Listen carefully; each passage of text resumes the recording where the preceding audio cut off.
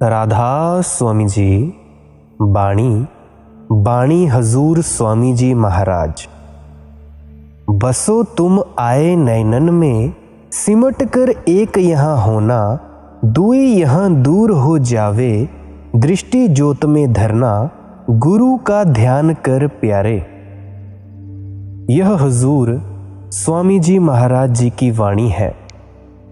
इस बड़े सुंदर शब्द में स्वामी जी महाराज क्रिएटिव पावर के बारे में जिक्र कर रहे हैं कि क्रिएटिव पावर इस दुनिया की कौन सी है, कौन सी शक्ति ने इस दुनिया को बनाया और कैसे मंजिल दर मंजिल क्रिएटिव पावर इस धरती पर आई है और कैसे क्रिएटिव पावर इस पूरी दुनिया में कार्य कर रही है और हर एक जीव के अंदर वो अपने नाम के रूप में बस रही है। आज हम पूरे विस्तार पूर्वक इस पूरी जानकारी को लेंगे और इसके माध्यम से, शब्द के माध्यम से जानेंगे कि वह क्या है। स्वामी जी महाराज फरमा रहे हैं कि जो क्रिएटिव पावर है, जो शब्द है, वह सच्चा शब्द निर्मल है। वह कभी नाश नहीं होता, वह कभी फनाह नहीं होता और उसी शब्द ने दुनिया की रचना की है। उसके आधार पर खंड ब्रह्मांड खड़े हैं। जो कुछ उसने पैदा किया है वह नाश हो जाना है, वह फना हो जाना है, लेकिन वो क्रिएटिव पावर यानी कर्ता शक्ति जिसने सारी रचना की है वह कभी नष्ट नहीं होती। गुरु नानक साहिब जी ने भी यही समझाते हुए फरमाया कि सबदै धरती सबदै आगास, सबदै शब्द भया परगास, सगली सृष्ट शब्द के पाछे, नानक शब्द घटाए घटिया छे। यानी उस शब्द ने धरती पैदा की है, सूरज पैदा किया है, चंद्रमा पैदा किया है, सारी दुनिया की रचना पैदा की है और वह शब्द रूपी कर्ता शक्ति हर एक के अंदर दिन रात धुनकारें दे रही है। जितनी देर हम अंदर अपना ख्याल उस शब्द के साथ नहीं जोड़ते, हम मन और माया के दायरे से पार नहीं जा सकते। हमारी आत्मा और मन की गांठ नहीं खुल सकती और हमारी आत्मा निर्मल और पवित्र नहीं हो सकती और हम परमात्मा के साथ मिलने के काबिल नहीं बन सकते। इसीलिए संत हमारे अंदर उस शब्द या नाम की कमाई करने का शौक पैदा करते हैं। गुरु नानक साहिब जी कहते हैं, सबदी मरै सो मर रहे, फिर मरे न दूजी बार। यानी जो लोग उठते बैठते चलते फिरते अपने ख्याल को शब्द या नाम के साथ जोड़कर रखते हैं, उस अनाहत नाद के साथ जोड़कर रखते हैं, वे हमेशा के लिए मर जाते हैं। उनको बार बार जन्म मरण के दुखों में आने की कोई जरूरत नहीं पड़ती है। गुरु अमरदास जी कहते हैं, सबदी मरै सोई जन पूरा, सतगुरु आखी सुनाए सूरा। कि हमारे सूरमा बहादुर सतगुरु ने हमें क्या समझाया? हमारे सूरमा बहादुर सतगुरु ने हमें यही समझाया कि जो इंसान उठते बैठते चलते फिरते अपने ख्याल को अंदर नाम के साथ जोड़कर रखता है, वह पूरा हो जाता है और पूरे परमात्मा के सामने उसमें समाने के काबिल हो जाता है। आप इस शब्द की ओर इशारा करते हुए कहते हैं कि जिन अंतरी सबदू आपू पछाणह, गत मित तिन ही पाई। कि यानी जो लोग अंदर शब्द को पकड़कर अपने आप को पहचानते हैं, यानी मालिक को पहचानने की असली युक्ति और जांच भी उन गुरुमुखों को ही प्राप्त होती है। आप किसी भी संत की वाणी की खोज करके देखें, हर एक संत हमारे अंदर नाम की कमाई करने का शौक पैदा करता है, शब्द की कमाई करने का प्यार पैदा करता है। नाम के रंग में रंग जा, मिले तो ही धाम निज अपना। स्वामी जी महाराज समझाते हैं कि जितनी देर हमारा मन आंखों के पीछे से उतरकर इंद्रियों के भोगों की ओर रुख किए बैठा है, हम कौमों मजहबों और मुल्कों के रंग में रंगे हुए हैं, धन दौलत के रंग में रंगे हुए हैं। हमारा मन इन इंद्रियों के भोगों से सुख ढूंढने की कोशिश कर रहा है। यह सांसारिक लज्जतों का आशिक है और जो इंद्रियां चाहती हैं इसको अपने घाट पर खींचकर ले आती हैं। स्वामी जी महाराज कहते हैं कि जितनी देर हमारे मन पर ये रंग चढ़े हुए हैं, हम दुनिया की ओर से आंखों वाले बने बैठे हैं, लेकिन मालिक की ओर से अंधे हैं, अपने असली घर की ओर से अंधे हैं। हम अपने आप को भूले बैठे हैं और यानी कि मालिक को भी भूले बैठे हैं।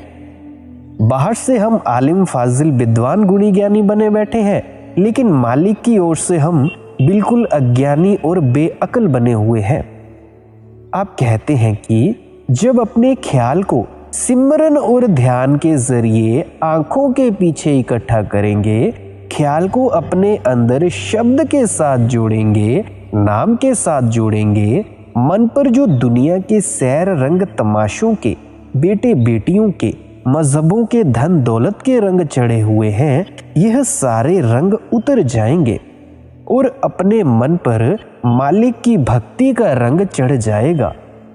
फिर आपको अपने असली घर का भी पता चल जाएगा, आपके अंदर उस असली घर जाने का शौक भी पैदा हो जाएगा और आप वापस अपने घर भी पहुंच जाएंगे। उस हालत में क्या होता है? उस हालत में हम दुनिया की ओर से तो अंधे हो जाते हैं, परंतु मालिक की ओर से आंखों वाले बन जाते हैं। दुनिया की ओर से तो हम सो जाते हैं, अपने घर की ओर जाग पड़ते हैं। और यह होता कब है? यह तब होता है जब आपको अपने अंदर उस शब्द की लज्जत आ जाती है, नाम की लज्जत आ जाती है। गुरु की शरण दृढ़ कर ले, बिना इस काज नहीं सरना। अब हम ये तो समझ गए हैं कि परमात्मा हर एक के शरीर के अंदर है और अंदर ही हमें परमात्मा मिलता है। ये भी पता चल गया कि सिमरन के जरिए आंखों के पीछे ख्याल को हमें इकट्ठा करना है, गुरुमुखों के स्वरूप का ध्यान करके ख्याल को अंदर ठहराना है। ये भी पता चल गया कि शब्द की आवाज़ सुनकर अंदर ही रूहानी तरक्की शुरू कर देनी है। शब्द की कमाई के जरिए मन से दुनिया के रंग उतर जाएंगे, मालिक की भक्ति और प्यार का रंग चढ़ जाएगा। लेकिन अब मन में ख्याल आता है कि संतों ने तो बहुत से सत्संग किए हैं, इतने बड़े बड़े ग्रंथ लिखे हैं कि हम सत्संग सुनकर और उन ग्रंथ शास्त्रों पोथियों को पढ़कर अपने आप ही सिमरन और ध्यान नहीं कर सकेंगे और जन्मों जन्मों से सोए हुए जाग नहीं सकेंगे।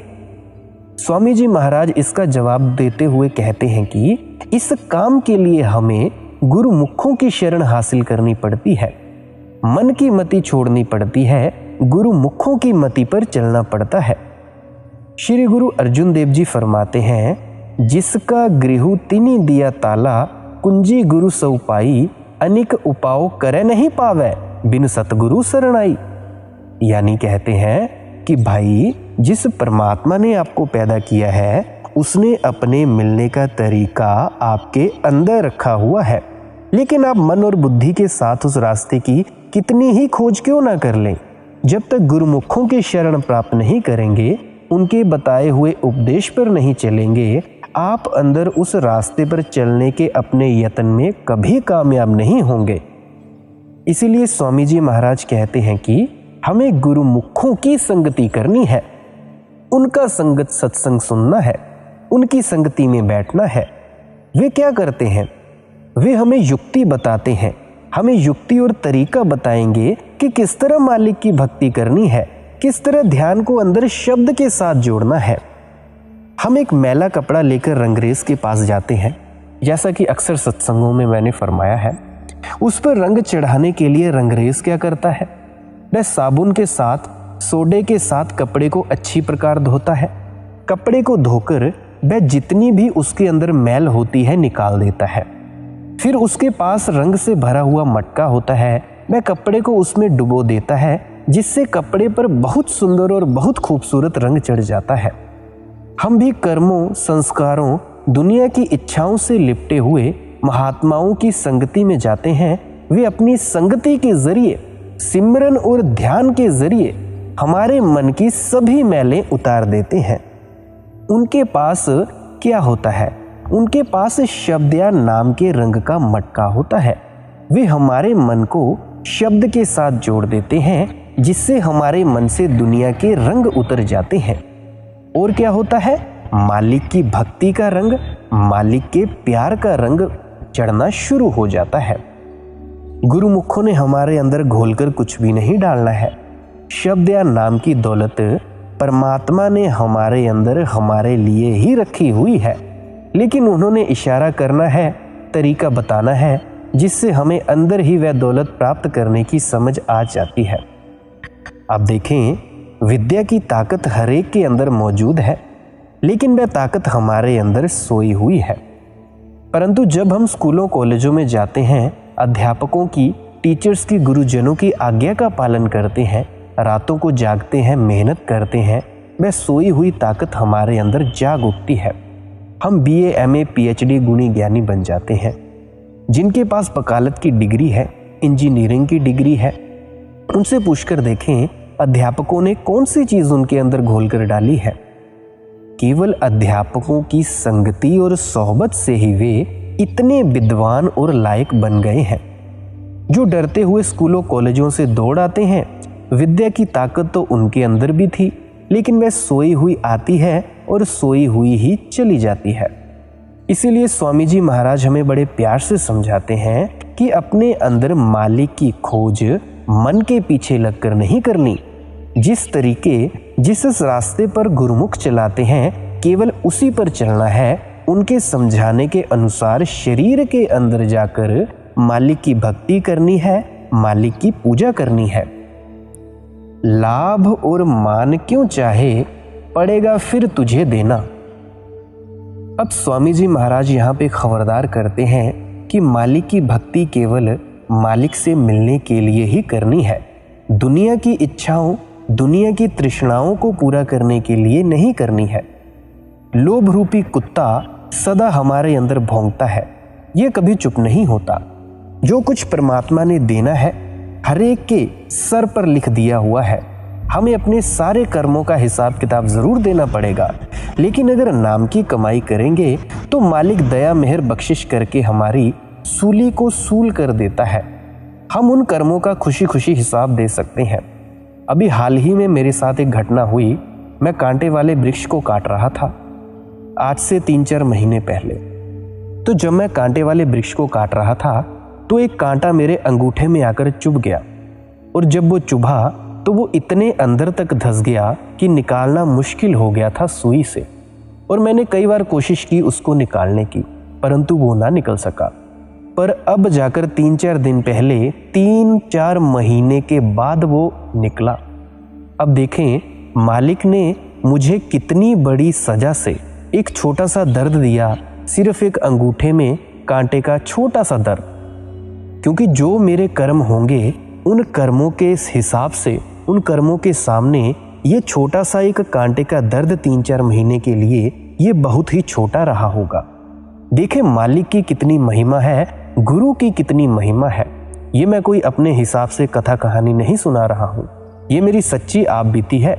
क्योंकि हम यहाँ पे हिमाचल में रहते हैं तो हमें लकड़ियाँ काटने के लिए तो जाना पड़ता है, घास काटने के लिए जाना पड़ता है, तो ये सभी काम हमारे लिए नॉर्मल से है।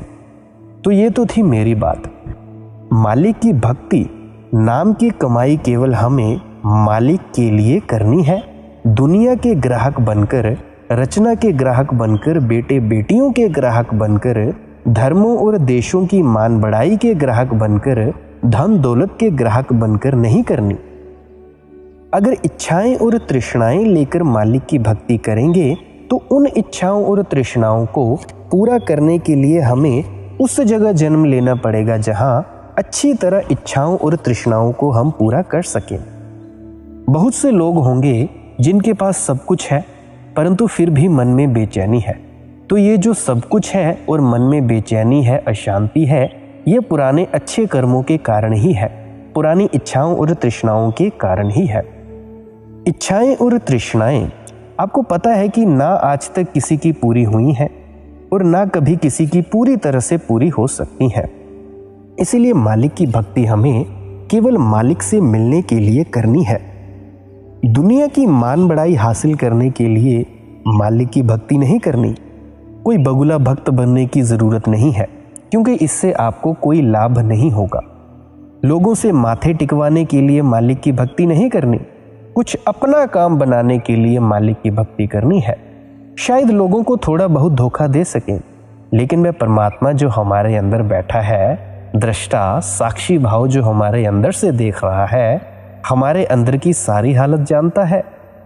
हम कभी किसी हालत में उसे धोखा नहीं दे सकते। धोखा हम केवल अपने आप को ही देते हैं। फरमाते हैं कि व्यर्थ लोगों की मान बढ़ाई में आकर करामातों में नहीं फंसना है, रिद्धियों सिद्धियों में नहीं फंसना है। उस मालिक की भक्ति को बाजारों में कौड़ियों की तरह खड़काते नहीं फिरना है, इश्तिहारबाजी करते नहीं फिरना है। भक्ति को अपने मन के अंदर हजम करना है। जितनी मालिक की दया मेहर हम हजम करेंगे, उतनी अधिक हम पर परमात्मा और ज़्यादा दया मेहर और बख्शिश करेगा। आप देखें कि बाप अपने बेटे को थोड़ा सा रुपया पैसा देकर कारोबार में लगाता है। अगर बेटा ध्यान से मेहनत करता है, अपनी पूंजी को बढ़ाता है, बाप उसकी और अधिक मदद करता है और आखिर में सारा कारोबार ही उसको सौंपकर एक तरफ हो जाता है। परंतु जो बच्चा जो कमाता है, उसे जुआ खेलने में शुरू कर देता है, बर्बाद करता है, शराबों में खराब करना शुरू कर देता है, तो बाप भी अपना हाथ पीछे खींच लेता है। बच्चे को कुछ भी नहीं देता, बल्कि जो थोड़ी बहुत जायदाद संपत्ति देनी थी, उससे भी वह वंचित कर देता है। इसीलिए स्वामी जी महाराज बड़े प्रेम से समझाते हैं कि दुनिया की मान बढ़ाई में आकर नाम की दौलत को ना खो बैठें, इस अमूल्य धन से खाली ना हो जाएं, बल्कि मालिक की बख्शी हुई दौलत को अपने अंदर ही हजम करने का प्रयत्न करें। कर्म जो जो करेगा तू, वही फिर भोगना भरना। अब यहाँ पे स्वामी जी महाराज बड़े सावधान करते हैं, हमें अच्छी तरह समझाते हैं कि ये दुनिया कर्म भूमि है। अब यहाँ कर्मों के सिद्धांत के बारे में स्वामी जी महाराज जिक्र कर रहे हैं। फरमाते हैं, जो जो कर्म आप देह में बैठकर करेंगे, उन सभी का नतीजा भोगने के लिए आपको यहाँ आना पड़ेगा। अगर अब अपने पेट के लिए दुनिया में लोगों के गले पर छुरियां चलाएंगे, तो हमें ये नहीं भूलना चाहिए कि कोई ऐसा वक्त और समय आएगा कि हमारी गर्दन उनके नीचे होगी और उनके हाथों में छुरियां और कुल्हाड़ियां होंगी। जो कुछ पीछे हो चुका, भजन सिमरन के साथ उसकी माफ़ी मिल सकती है, लेकिन कम से कम आगे के लिए तो कोई ऐसा बीज न बोएं जिसके लिए हमें फिर से इस देह के बंधनों में आना पड़े। महात्मा सावधान करते हैं कि यहाँ हमें सोच समझकर चलना चाहिए। कर्म करते हुए हम तो ये सोचते हैं कि हमें कौन देखता है, दरवाजे बंद कर लें, रात का अंधेरा है। लेकिन हम भूल जाते हैं कि देखने वाला कहीं दूर नहीं है, हमारे शरीर में ही बैठा हुआ है। उसको तो किसी गवाह की भी ज़रूरत नहीं पड़ती, किसी जज की ज़रूरत नहीं पड़ती, किसी सिफारिश की भी ज़रूरत नहीं पड़ती। जो कुछ वह देखता है, उसके अनुसार ही हमें देह में आकर हिसाब किताब देना पड़ता है, हिसाब किताब को भोगना पड़ता है। जगत के जाल से ज्यों त्यों हटो मर्दानगी करना, बड़ा सुंदर शब्द है। स्वामी जी महाराज समझाते हैं, हम बड़ी बुरी तरह इस समय चक्र के जाल में फंसे हुए हैं।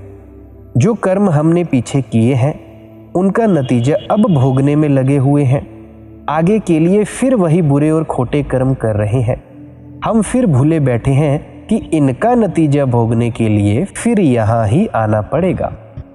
गुरु नानक साहिब जी कहते हैं, बाबा जग फाथा महाचाल। हम बड़ी बुरी तरह इस समय चक्र के जाल में, काल के जाल में फंसे हुए हैं। कोई खुशकिस्मत जीव है जो इस जाल को तोड़कर उस परमात्मा के पास पहुंचता है।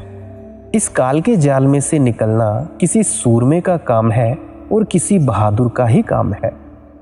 मालिक ने इंसान का जामा केवल इसीलिए दिया कि इससे फायदा उठाकर हम कर्मों का जाल खत्म कर सकें, रूह और मन की गांठ खोल सकें, आत्मा को निर्मल कर सकें, वापस जाकर परमात्मा से मिलने के काबिल बन सकें।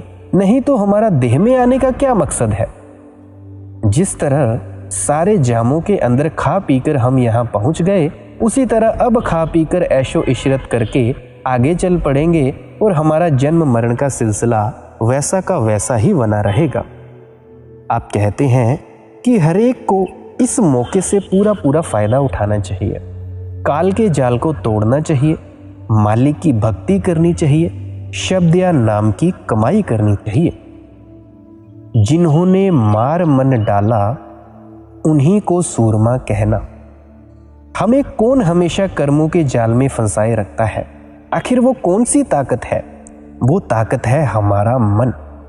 इसीलिए कहते हैं कि जो मन को काबू कर लेता है, असली सूरमा वही है, असली बहादुर वही है। दुनिया में बहादुरों और सूरमाओं की कोई कमी नहीं है।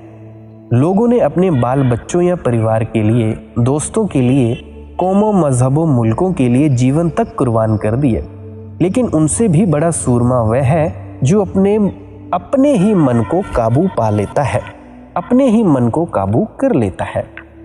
स्वामी जी महाराज कहते हैं कि सबसे पहले अपने नफ्स पर काबू पाएं, अपने मन पर काबू पाएं। गुरु नानक साहिब ने कहा है, मन जीते जग जीत।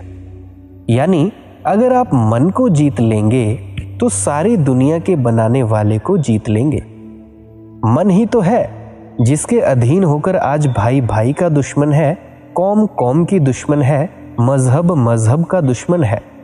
आप रोज यूट्यूब पर वीडियोस देखते होंगे, आप न्यूज़ सुनते होंगे टीवी पर कि किस तरह हम एक दूसरे के खून के प्यासे हैं, एक दूसरे को हकारत की नज़र से देख रहे हैं। ये जो कुछ भी हमसे करवा रहा है, ये हमारा मन ही तो है जो हमसे ये सब कुछ करवा रहा है। इस दुनिया के अंदर ना कोई अपना है और ना ही कोई बेगाना है। वैसे ही किसी को दोस्त, किसी को दुश्मन बनाने में लगे हुए हैं हम। इसी चक्र में सारी उम्र फंसे रहते हैं। बड़ा बैरी यह मन घट में, इसी का जीतना कठिना। स्वामी जी महाराज फरमाते हैं कि अगर हमारा बाहर कोई दुश्मन हो, हम उससे बचने के कई सौ उपाय कर लेते हैं। बंदूकों के पहरे रख लेंगे, तोपों के पहरे रख लेंगे, किलों में बंद हो जाएंगे, घर के बाहर बॉडीगार्ड लगा देंगे, जंगलों पहाड़ों में छिपकर बैठ जाएंगे। लेकिन मन ऐसा चालाक व अक्लमंद दुश्मन है जो हमारे अपने शरीर के अंदर बैठा हुआ है। हम इसको छोड़कर कहाँ जा सकते हैं? पता नहीं इसने किस समय हमें धोखा दे देना है, किस समय अंगुलियों पर नचाना शुरू कर देना है। कभी दोस्त बनकर गुमराह कर देता है, कभी दुश्मन बनकर डरा देता है, किसी भी गलत रास्ते पर डाल देता है। इसीलिए आप जी फरमाते हैं कि हमारा दुश्मन बड़ा अक्लमंद, बड़ा होशियार है और इसको बड़ी होशियारी के साथ, अक्लमंदी के साथ काबू में रखना चाहिए। पढ़ो तुम इसी के पीछे और सबही जतन तजना, गुरु की प्रीत कर पहले बहुरी घट शब्द को सुनना। अब यहाँ पे फरमाते हैं कि मन को काबू करने के लिए सबसे पहले इसकी नेचर, तबीयत या इसकी आदत के बारे में हमें अच्छी तरह सोच विचार और समझना चाहिए। इसकी आदत को समझें। अगर दुश्मन के साथ लड़ाई लड़नी हो तो उसकी हर प्रकार की चालों को अच्छी प्रकार समझना पड़ता है। इसलिए स्वामी जी महाराज मन की तबीयत के बारे में हमें समझाते हैं कि यह लज्जत का आशिक है। जितनी देर इसको दुनिया के मोहया प्यार से ऊंचा और पवित्र निर्मल प्यार नहीं मिलता, ये कभी दुनिया के मोहया प्यार को छोड़ने के लिए तैयार नहीं होता। हम देखते हैं कि एक कंगाल कोडियाँ मांगता फिरता है। अगर हम उसकी एक कोडी लेने की कोशिश करें, वह मरने मारने तक आता है। उसको अगर हम 10 रुपए का नोट दे दें, उसकी कोडियों वाली मुट्ठी अपने आप ढीली हो जाती है और वो उन कोडियों को फेंक देता है, क्योंकि कोडियों से ज़्यादा कीमती 10 रुपए का नोट है। स्वामी जी महाराज कहते हैं, हमारा मन लज्जत का आशिक है। जितनी देर आप इसको इंद्रियों के भोगों से, विश्व विकारों से, दुनिया के प्यार से, कौमों मजहबों मुल्कों की मान बढ़ाई से ऊंची लज्जत नहीं देंगे, यह दुनिया की लज्जतें किसी हालत में छोड़ने को तैयार नहीं होगा। जो ऊंची लज्जत है, जिसको पाकर मन इन सांसारिक लज्जतों को छोड़ता है वह नाम या शब्द रूपी लज्जत है जो परमात्मा ने हरेक के अंदर, हरेक के शरीर में रखी हुई है। जिस तरह आपने शुरू में समझाया कि हमें सिमरन और ध्यान के जरिए ख्याल को गुरुमुखों के समझाने के मुताबिक आंखों के पीछे इकट्ठा करना है और अंदर उस शब्द की लज्जत हासिल करनी है, वह शब्द इतनी ऊंची व पवित्र है कि उसको हासिल करके हमारा मन अपने आप ही इंद्रियों के भोगों, विषय विकारों को छोड़ना शुरू कर देता है।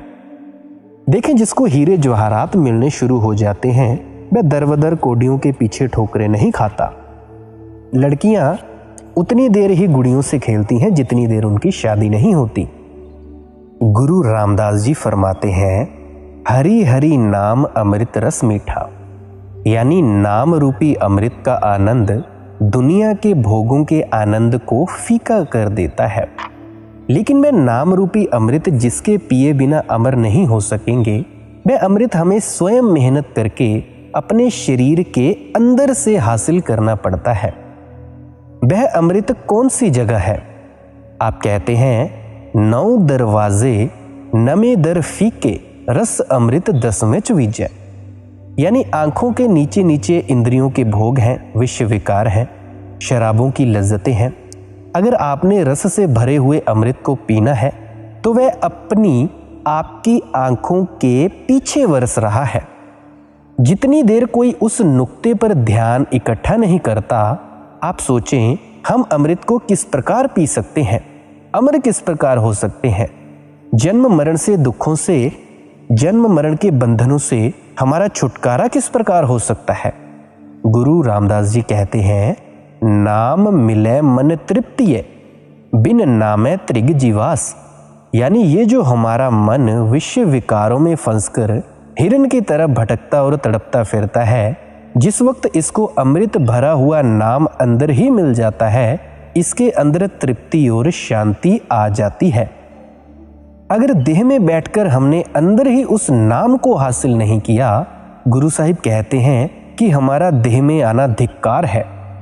हमारा देह में आने का मकसद ही कभी पूरा नहीं हो सकता है। इसीलिए आप हमें धीरे धीरे इस नुक्ते पर लाते हैं कि गुरुमुखों के जरिए, सिमरन और ध्यान के जरिए अपने ख्याल को आंखों के पीछे इकट्ठा करें और अंदर ही उस नाम की लज्जत लें। स्वामी जी महाराज कहते हैं, सुरत शब्द कमाई करना, सब जतन दूर अब धरना, यानी कि अगर आप मन को काबू करना चाहते हैं तो सुरत शब्द की कमाई करें, नाम की कमाई करें, बाकी सब यत्न छोड़ दें, सारे उपाय और तरीके छोड़ दें। क्योंकि ये नहीं कि गंगा में जाकर स्नान कराए, यमुना में जाकर स्नान कराए, मंदिरों मस्जिदों में माथे टेकते रहे, ग्रंथों को पढ़ते रहे, तीर्थ भी करते रहे और जब याद आया 1.5 घंटा भजन भी करने बैठ गए कि कहीं ना कहीं तो कुछ ना कुछ हासिल ही होगा। ऐसे नहीं होगा। हमें इन शंकाओं, भ्रमों से ख्याल निकालकर एक मन, एक चित्त होकर शब्द की कमाई करनी चाहिए, नाम की कमाई करनी चाहिए।